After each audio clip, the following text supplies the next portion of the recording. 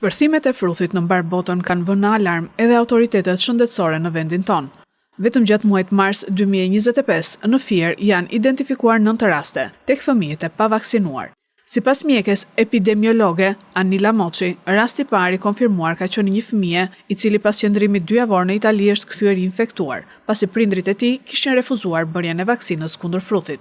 Ka një qarkullim goxha të fruthit në moshën pediatrike dhe sidomos të pavaksinuarit.